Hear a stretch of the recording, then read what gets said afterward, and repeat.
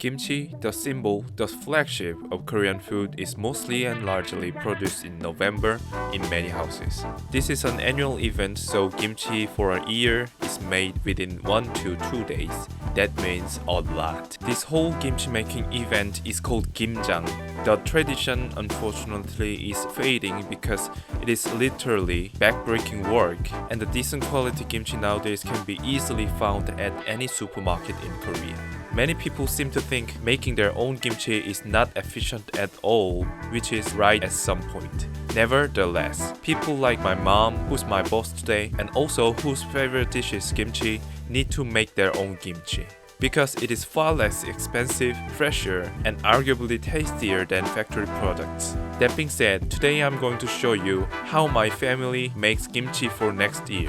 Hope you enjoy this video, and don't forget to like and subscribe. Before we go to work, I like to talk about the context. If you just want the making process, please skip the chapter using the timestamp below. Why on earth Korean people had to do torturing work at the beginning of winter outside? Why did they have to ruin their hands with the harsh salt and hot chilies? Even they didn't have any rubber gloves only several decades ago. And we have to understand what kimchi is first. In the past, kimchi was not just a dish for joy. It was a high-value preserved food for surviving winter. Kimchi provided nutrition that is hard to get in the barren winter. The napa cabbage, which is the best vegetable crop for main ingredient, is in season in November, so people had to do the work in the cold weather condition. And the cabbage had to preserve at least during the winter, so it must not be rotten or frozen. People salted the cabbage, put it in the pottery, and buried that in the ground like the picture.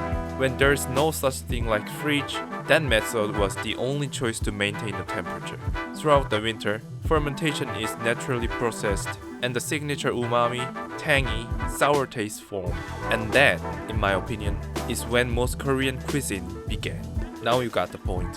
Okay then, finally, let's go to work. The process is simple. 1. Brine the napa cabbage.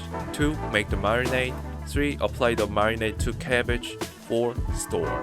I say simple, not easy, boy. It will be challenging, so grab it tight. First thing first, we have to brine the napa cabbage. We have to get the finest one we can get. Fresh, sweet, and once packed with flesh. My family doesn't crave kimchi except mom. So we are doing only 9 large cabbages. This is a really small amount. One of my aunts had run a restaurant, and her family made 200 napa cabbages into kimchi every year. One large cabbage weighs about 2.5 to 3 kilograms or 5.5 to 6.6 pounds, so that is freaking insane. My mom already salted the cabbage yesterday while I was at work, so I couldn't film it, but there are a few ways to salt cabbage. Basically, you have to quarter every cabbage. Then classically, lift up every single layer of leaves and throw rock salt to them. But that is one more ridiculously hard work, so we are not gonna do that. Just in a large basket or a tub, submerge cabbages in a salt solution. The portion of solution is 10 part water, 1 part rock salt by volume. Not weight, but volume. I always prefer cooking with exact measurements, but gimjang is never like that. Maybe most of the households use their senses, taste it, and adjust the portion of the ingredients. Kimchi recipes are never the same in every household, every region, and every year. So this video is definitely not the general standard. Please be aware of that. 어쨌든, brine the cabbages overnight, drain, wash with the fresh water a few times, and drain again. The leaves should be flexible but still crispy. Next, let's make the marinade. As I said, the recipe is all different in every house, especially with the marinade. I set my tactical cutting board on the empty kimchi container. This was unstable but stable, you know what I mean? Beginning with 3 onions for onion flavor. I don't know what would happen if you use other kinds of spring onions. Check the scientific name of it. Chop it short, about 2 to 3 centimeters long. Then red leaf mustard also, chop it the same way. This is for minty and refreshing taste. Next, radishes. Radish is essential. We used about 5 radishes, cut in quarters, and julienne with a mandolin. Same length with the greens. It will be agony if you julienne this amount of radishes only with a knife. Optionally julienne the apple too. You have to focus because at this moment you will be tired already and you are using a mandolin, which is really dangerous to use. I recommend you wear gloves inside the rubber gloves. Watch your fingers. Once finished, we will add salty ingredients first, which is about 7 to 800 milliliters of fish sauce, 1.2 kilograms of salted shrimps, 1.2 kilograms of minced garlic, and 200 grams of minced ginger. The fish sauce should be a Korean style product made of anchovy. Mix lightly so that the vegetables will be softened due to the salt content. Next, the glutinous rice porridge.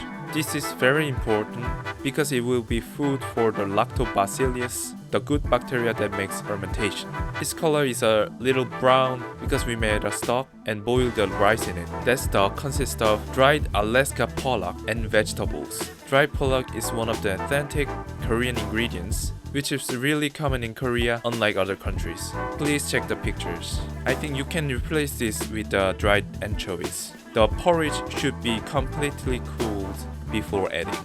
Next, chili powder, aka gochugaru, 4 liters by volume. Especially the amount of gochugaru is optional. The character of kimchi depends on this. Chili is so powerful.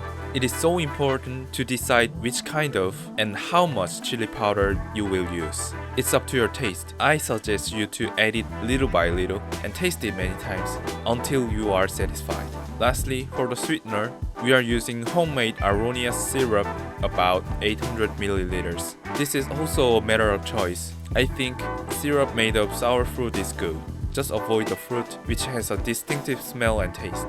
Now we are done with the ingredients. It's workout time. The best tool is your hands. Mix that up. Definitely, I cannot go to gym today.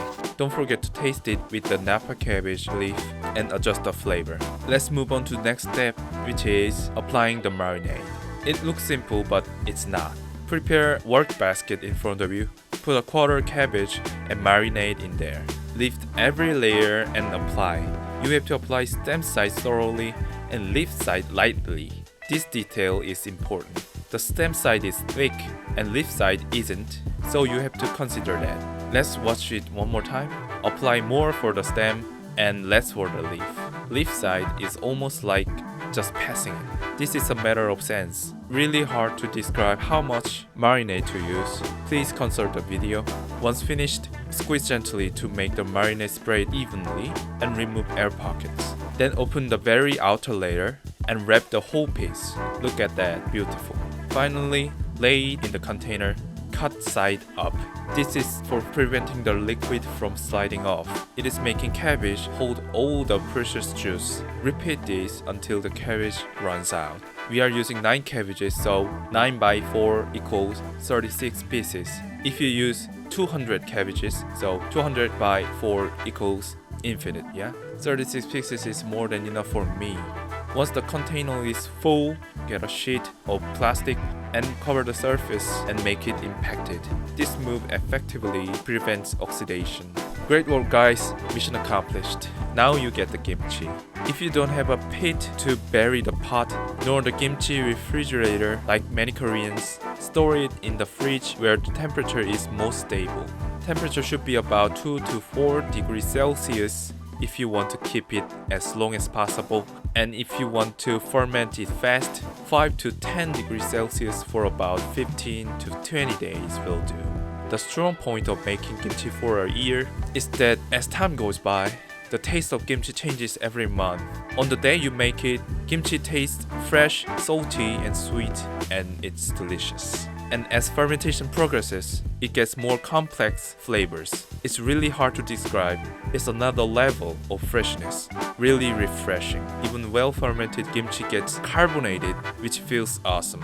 And several months later, when kimchi is fully fermented, it is unbeatable. It is a complete dish itself, and it can be used in so many dishes as a powerful ingredient. There is a law that you have to braise pork when you make kimchi.